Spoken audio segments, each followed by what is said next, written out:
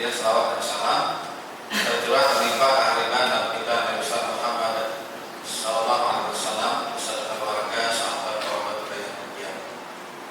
Bapak Ibu terhormat, sesuai dengan respon Pak Mustopo tadi kita hari ini yang ke-40 sekian. Insyaallah mudah-mudahan tidak jadi biar banyak persiapan rapat bagi yang rapat yang kalian bisa merapatkan di mana ayat. Nah, kita hari ini supaya lebih kita ambil judul etika muslim terhadap. Bahan ini sudah dibuat sejak tanggal 16 Ramadan. Jadi mempersiapkan untuk etika kita. Jadi etika muslim terhadap Al-Quran. Bapak Ibu terhormat, belum akan mulai dulu sejarah dinamika Al-Quran diturunkan. Jadi dalam sejarah Rasulullah SAW waktu itu masih awal-awal Islam berkembang. Jadi Islam sedikit, rawan besar, dan musuh-musuh Islam itu punya rencana yang mampu tersusun.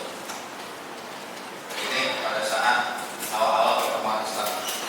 Yang menjadi Islam yang Muslim waktu itu ya pertama istri beliau Khadijah, kemudian kawan beliau selisih yang berumur, beliau seperti Abu Bakar. Abu Bakar pada akhirnya jadi duluan. Kemudian lagi dari kalangan remaja Ali bin Abi Thalib masih jatuhnya kemakan karena ada sama Abu. Kemudian dari segi yang itu ya kita pakai budak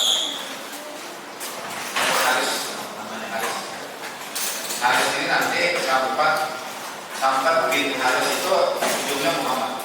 Tapi untuk ayat Al-Quran bahwa anak akar tidak boleh disebutkan kepada anak yang bukan orang tua. Jadi Al-Quran itu memang selalu menjawab apa yang sedang terjadi dan apa akan terjadi, tapi sifat universal. Itu kayak betul Al-Quran. Nah, beberapa orang kayak Umar, kemudian itu belum bisa. Di tengah dinamika yang mencekam ini Rasulullah SAW mengambil sikap bercerdas. Ini Nabi ini kan bila disebut al-amin berarti ada 4 unsur di dalamnya. Sidik, tabligh, amanah. Makanya dulu kita ada sidik jari. Nah, di sini itu benar. Kalau kita malah apa bagi nama larabot nggak ada. Kan itu benar. Nah itu jadi ketika Rasulullah dalam kondisi lalu beliau menyendiri bahasa sejarahnya namanya bertahanus, bahasa ilmiahnya introspeksi, bahasa tasawufnya muhasabatul nafs, bahasa orang kampung menyendiri sama orang. Nah beliau di sana di mana tempatnya? Jauh dari rumah. Kemudian tempatnya juga disebut dengan Gua Dua. Kalau Bapak Ibu pernah ke ziarah Wali Songo, ada salah satu Rasul namanya Sunan Kudus. Tinggi lah kalau pernah sana. Saya pernah sana. Kalau naiknya lumayan lucu juga. Tapi kalau turunnya hati-hati jauh beda jauh kok. Nah itu di Kudus kalau di Gua Dua itu tempatnya tinggi terjal dan cukup lama untuk mereka. Kalau ingin membawa fantasi kita bahwa ya kita lihat sekarang aja kita sudah membayangkan seperti itu. Apalagi zaman Rasulullah yang berjuang tidak banyak orangnya. Nah, kalau ingin membawa fantasi kita ke sana supaya hati kita ini hadir. Jadi sebelum Al-Quran 30 juz, 6.660 ayat. Yang satu sekarang kita baca ya itu sejarahnya Pak berliku-liku. Jadi sudah melalui tahapan-tahapan coba-coba dinamika yang luar biasa. Nah ketika Rasulullah bertahan menyendiri Pak. Kalau ingin kayak dulu sini, apakah kita bisa bertahanus?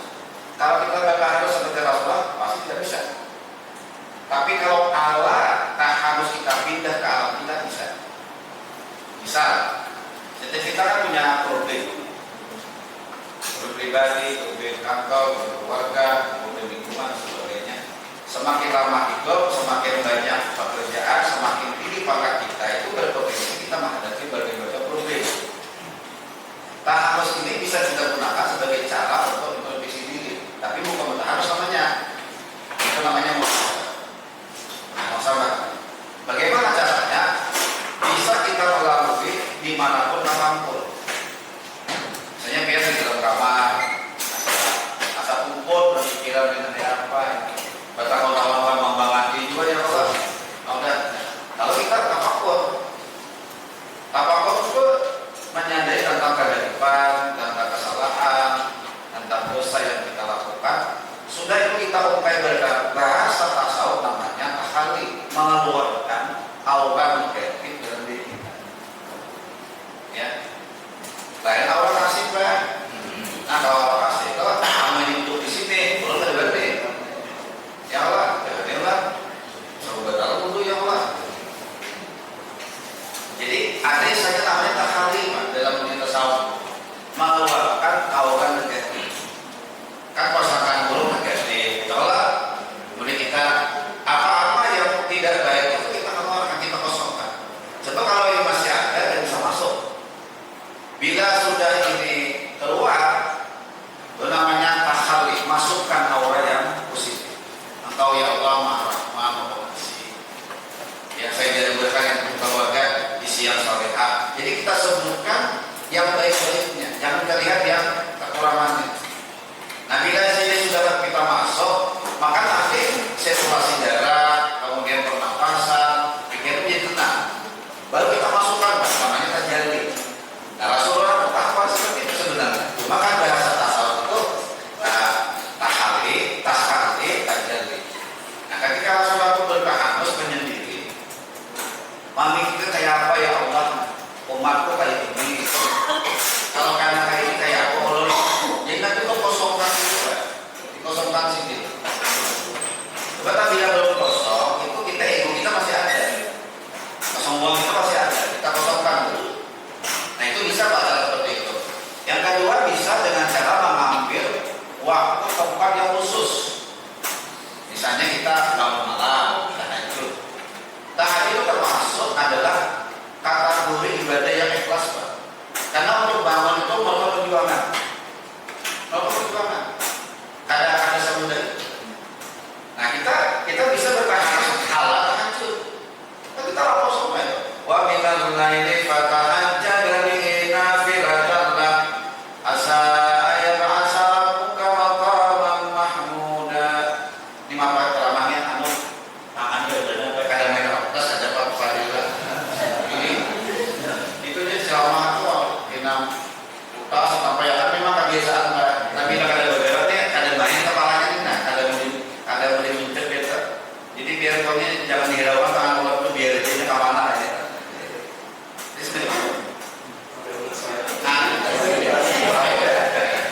Jadi biar konsepnya kalau Pak dia mah beneran. Pokoknya apa pikir waktu ceramah mereka pikiran sahur kan sudah tahu kita. Apa dia sebelum tadi ya. Apa dasar benar ya, apa dasar benar. Yang dulu biarin itu. Kalau bertahan Allah namanya saya apalagi Pak Bu beriktikaf itu jangan menunggu bulan puasa.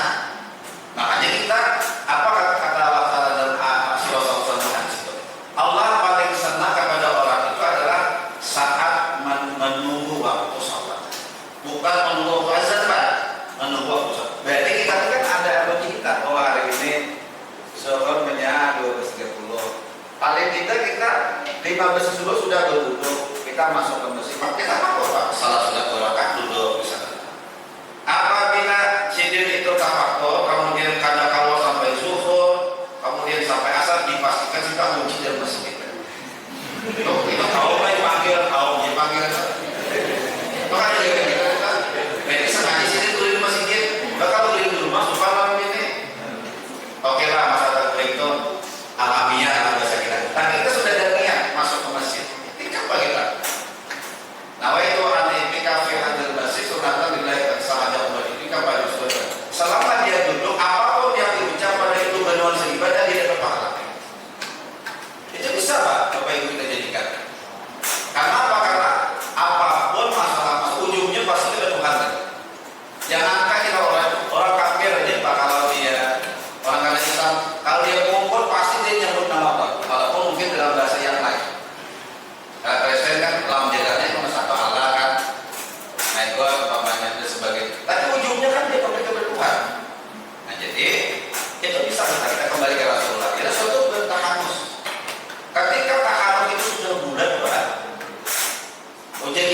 atau kejadiannya sudah pas sudah itu Allah hadirkan malaikat Jibril. Apa kata Jibril? Iqra. Bahkan tambah datang Jibril bantu Iqra. Apa kata Ma'ana Bifari? Orang bisa baca, karena itu umi, tidak bisa baca, tidak bisa tulis. Kita pada mengenal umi, jangan merasa rendah diri. Makasih ya, kalau bisa bukan. Ini penting kita belajar sejarah ini. Kenapa? Bahwa kalau seandainya Rasulullah orang yang ahli menulis, pandai menulis, hafal Al-Quran, pandai membaca, nanti satu saat Quran itu akan dikatakan bikin Muhammad. Ini rahasia. Salah satunya rahasia. Oke, kita kembali. Nah, apa kata Rasulullah? Ma'ana Bifari, belum ada bisa. Rasulullah itu waktu itu posisinya menghambakan diri kepada Allah. Tidak ada sedikit pun merasa apalagi tidak ada. Dan sudah ada sombong sekejap pun sudah ada. Jadi orang yang merelakan diri di hadapan Allah itu orang yang mulia di sisi Allah. Itu intinya. Ketika Rasul merendah, maka dia Rasulullah mulai bisa diberikan bisa apa-apa loh. Tahu diragam Pak? Apa diragam? Dipandu kan? Ya, itu kayak kalau dia dapat pandu kayak Pak biasa ya Pak. Nah ini yang meragam bilang Jibril. Berkali-kali Rasulullah Ma'ana Bifari seragam lagi sampai nafas Rasulullah itu terengah-engah bahasa. Baru ragapan kapan yang terakhir itu Rasulullah dilepas oleh Jibril dekapannya baru selesai. Ya kita akan dengar surah Al-Alaq ayat apa itu segumpal darah artinya 5. Iqra bismi rabbikal ladzi khalaq khalaqal insana min 'alaq wa rabbuka akram alladzi 'allama bil qalam 'allama al-insana ma lam ya'lam. Inilah ayat yang pertama. Karena satu saat kita akan bahas tafsir ini Pak, tapi hari ini kan kita tidak membahas tafsir ini, tapi kita bahas tentang etika Al-Quran. Maka sejak itu Rasulullah SAW diangkat menjadi Rasul. Kalau Nabi sudah Nabi sudah, ya kan Nabi belum Rasul, lalu dia akan menjadi Rasul. Dengan bekal ini Rasulullah siap berdakwah dalam kondisi apapun. Keilmuannya, integritas akhlaknya, ketahanan sabarnya, sifat-sifat mulia sudah ada di Rasulullah. Jadi kayak apa kalau orang bersifat yang baik, maka cuaca apapun itu jadi masalah. Jadi Rasulullah waktu itu setelah harus mendapatkan perintah itu, maka beliau secara lahir batin mendapatkan nutrisi, mendapatkan tambahan motivasi untuk berdakwah. Nah, itulah ketika beliau pulang ke rumah, ketemu dengan Khadijah. Nah, ini kan jadi perannya luar biasa. Nah, luar biasa Khadijah ini. Nanti dia cerita lah tentang Khadijah itu. Setelah itu Rasulullah SAW melaksanakan puasa. Kan kita bicara tentang etika muslim berlaku. Apa itu etika? Apakah kuncinya kan 3. Etika muslim berlaku. Etika itu yang belum tahu Pak. Kalau bahasa Yunani, etos sholatnya apa artinya? Adat atau kebiasaan. Ya, kalau bahasa lain mungkin norma. Kalau norma kan resikonya apa? Banyak normatif. Nah itu kan resiko kita. Kadang-kadang ada juga kalau ada legislasi rasa ada cocok juga. Tapi kalau norma itu bisa ujungnya normalisasi, normawati atau norma saja bisa. Nah sejak menjadi norma ini keluar. Nah ini etika. Jadi ada etika itu ada kebiasaan. Mengetahui hal-hal yang baik dan hal yang buruk. Untuk yang baik kita ketahui, yang buruk kita hindari. Itu namanya etika yang sepakat ulama bahwa etika dari kalian. Yang kedua muslim. Kalau muslim itu orang yang beragama Islam, paham sudah tidak. Tapi sebenarnya muslim itu namanya pasrah, dan intinya itu pasrah. Jadi waktu kita tidak beragama Islam, artinya itu pasrah. Tapi kita juga pasrah kepada ketentuan Tuhan. Belum tentu. Memang terjemahnya pasrah atas apa yang Allah perintahkan, pasrah atas apa yang Allah Taala dijauhi. Itu pengertiannya, itu definisinya. Tapi apakah kita betul pasrah dalam menjalankan kehidupan kita berdasarkan Islam? Itu relatif, Pak. Sangat tergantung kepada bangsa masing-masing.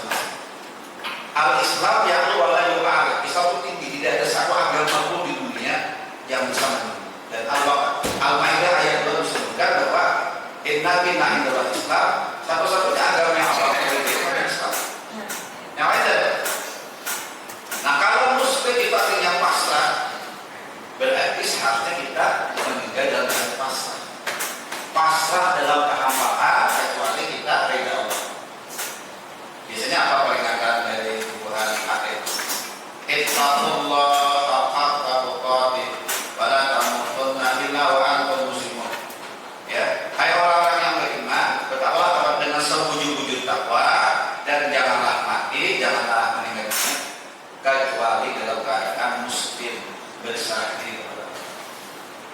Makanya pada saat kita meninggal dunia itu kita harus memperhatikan memikirkan.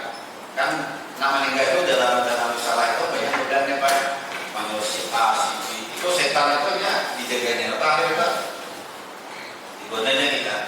Lupa, maka kemudian disyariatkan kalau kita baca takbir atau baca kalimat juga bila sudahnya tahu ma'id itu stop ya stop. Jadi la ilah dengan suara pelan, dengan suara sah itu kalau usah baru berusaha orang meninggal Allahu Akbar Allahu Akbar. Kalau si Nurani itu baju hanya itu sudah ada. Nah itu masalahnya kita Pak di sini. Jadi kita setuju bahwa ketika Al-Quran itu asalnya bacaan, tapi dalam bentuk istilah namanya firman Allah yang diturunkan kepada baginda Rasulullah SAW melalui Jibril untuk manusia sebagai apa? Sebagai modalitas. Nah sekarang bagi etika muslim kepada Al-Quran. Bagaimana etikanya? Yang pertama adalah kita bicara dulu tentang hak Al-Quran. Kita bicara hak Al-Quran. Hak Al-Quran adalah pertama kita baca Al-Quran. Itu haknya Pak. Hak. Dia akan menuntut nanti apa kepada kita. Inna imanullah waman Al-Quran waman imanullah waman imanullah apa imam Al-Quran. Kalau kita menjadikan apa itu imam, apa tanda orang menjadikan apa itu? Pertama, senang tidak senang kita harus baca Al-Quran. Berarti apa? Maka membaca Al-Quran itu ada standarnya orang. Tahsin, kalau belagu itu nomor 16 Pak. Ada belagu itu sebenarnya itu belagu Pak. Tidak ada apa pada belagu. Cuma belagunya itu kalau ini kan dua saya lagu sakal sama sakana sama. Kalau lagu kita ada nomor sama. Itu mungkin orang apa yang ingin mendengar. Tapi yang penting itu adalah tahsin dan tajwid. Tahsin itu betul mengucapkannya. Tajwid itu apa namanya? Menyambung ketemu ayat sebelum pertengahan dan sesudahnya itu benar sama tajwid. Membaguskan bacaan. Kenapa ini penting? Karena kesalahan kita membaca Al-Quran satu huruf saja Bapak itu akan merubah arti dan makna. Contoh saja, misalnya hak kecil dengan hak besar. Kul huwallahu ahad dengan kul huwallahu ahad. Kalau kul hak besar kata apa Allah besar. Tapi kalau kul dalam kalimat hak kecil itu bukan Allah, bukan kata Allah, tapi nama binatang. Nah, ini pentingnya kita khairukum man ta'allama. Sebaik-baik di antara orang yang belajar dan mengajarkan. Belajar dengan baik kita akan mudah menerima. Minimal kalau kita tidak bisa semua bacaan-bacaan yang itu sifatnya wajib dan ibadah, misalnya Fatihah. Nah, misalnya Fatihah. Oke, jadi kita hak Al-Quran yang pertama adalah kita baca Al-Quran. Kebetulan Ramadan ini Rasulullah itu bahasa orang kampung store apa dengan Jibril Aziz. Saya barusan 3 yang lain menghatam Al-Quran. Ini nyambung bahasa pulang. Kalau apa kita sekali kata pulang. Tapi intinya kita beri terus Pak. Baca saja. Jangan tidak baca Al-Quran saja. Minimal 1 ayat. Ya minimal 1 ayat. Ya. Kalau dia aja sudah baca di mana? Baca pakai waktu sudah yang lambilan. Untungnya sampai yang jadi hak apa seperti itu. Karena kan hadis ada mengatakan saya ala nasina zamanun la yabqa min Islam wa min Quran ila rasmi. Kata Rasulullah akan datang satu zaman pada manusia Islam itu tinggal namanya, Al-Quran itu tinggal lembaran. Jadi kita merasa seperti itu bahwa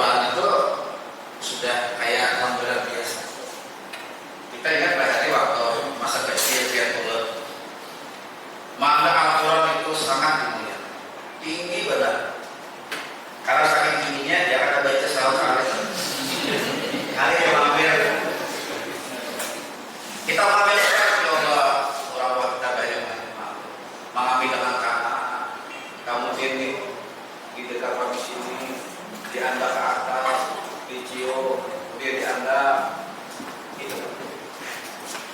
Karena ini bukan bacaan biasa. Ini mukjizat. Ini mukjizat. Ya, jadi kita haknya itu kita baca. Jadi kalau kita ambil, makanya apakah boleh membaca Al-Quran kecuali yang kan fikih syariah atau kelompok itu tidak boleh, tidak apa-apa. Tapi kan nilainya apa lagi sih? Nah, kalau ingin sempurna ya kita butuh. Saya kira buru-buru ini kan sudah Pak. Nah, kalau kita mungkin pukul di Bogor, ya butuh. Ya, tapi sembahyang dulu, harus mati dulu ya. Jadi penting kita dapat paham dulu. Nah, kita sudah baca dengan bacaan tahsin dan juga. Maka orang yang membaca seperti ini itu sama orang yang berdialog dengan Allah Subhanahu. Berdialog. Sekarang logikanya, kalau kita baca apa-apa salah keliru, kira-kira kita dialog kita baca. Kita aja udah pandai lagi. Ya Allah, kalau ini kita nyambung kan, orangnya ini yang disampaikan ini. Coba kalau orang banyak bahasanya kan dari paham. Nah, Allah ucapkan dari paham. Ya Allah, apa beberapa ayat-ayat yang keliru di benak hati kan pasti paling tidak yang sakit barangnya ada. Tahu ibadah ini tahu pelan-pelan. Musibah di sana sini. Jika ada apa-apa ya habis. Pada teh empat lambat berapa ini hanya satu ayat. Baik, sekarang yang agak penting mungkin membaca, memahami maknanya, memahami ajarannya, menyatakan ajarannya, menjelaskannya, baca. Sekarang memahami makna Al-Quran. Ya. Kan dalam hadis itu ada orang membaca itu dengan berbaca-baca, maka dia akan mendapatkan dua pahala. Pahala membaca, pahala yang belajar. Nah, Al-Quran ini dipasang itu bahari, tapi jangan tanya sah atau tidak. Cuma Allah pengalaman saja. Allah pernah waktu itu pembina orang Islam rumah sakit Ulin. Sekitar tahun 94 hampir 7 tahun. Itu sosok perintis pembinaan Islam masyarakat Ulin. Waktu itu masih asli Ulin Pak, bukan seperti sekarang yang ketiga. Saya pernah diikuti waktu itu Pak sudah di Pak Hasan Zaid. Ya.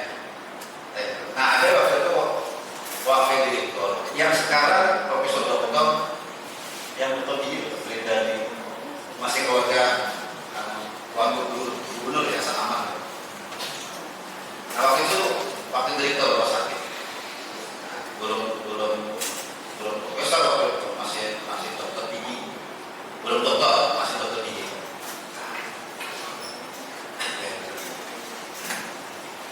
Nah, Allah seringkali berkasih dengan itu. Nah, kalau Sidin ada mendapatkan di mana pengalaman di Sidin, saya pernah usah gini. Pernah kalau masalah, kalau itu tak masalah. Kalau ini cara menyelesaikan masalah dengan cara membuka Al-Quran, tapi dibaca pada bukaan nomor 7. Misalnya kan kayak gitu. Kan itu kalau Al-Quran dari kiri kanan lah, kira 1, 2, 3, 4, 5, 6, 7. Ambil posisi sebelah kanan yang pertama. Itu jelaskan kalau yang baca terjemahnya. Bikin izin Allah, di situ Allah ceritakan tentang permasalahan yang kita ada. Tapi jujur aja Pak bahwa apakah ini ada dalilnya hadis Allah belum pernah Pak. Jujur aja Pak. Sampai sekarang pun belum ada tamu juga. Cuma itu cerita dari umur. Lalu pernah coba Pak, pernah coba buka. Memang hampir pas dengan apa ya.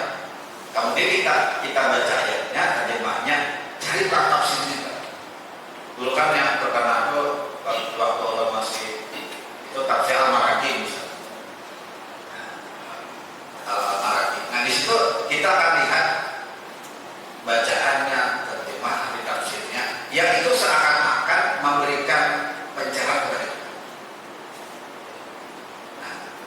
Ini baru yang sifatnya kayak itu. Tapi kalau belum kayak ini Pak, kan usah lah Pak itu baca tiap hari aja Al-Quran. Padahal sih bilang Quran maha sifat warahmatul lil mu'minin wala yazidu zalimina illa khasara. Saya coba lah kan 45 kan 41 4 Pak. Oke, dok, biar istirahat kita dulu dengan surat Al-Fatihah.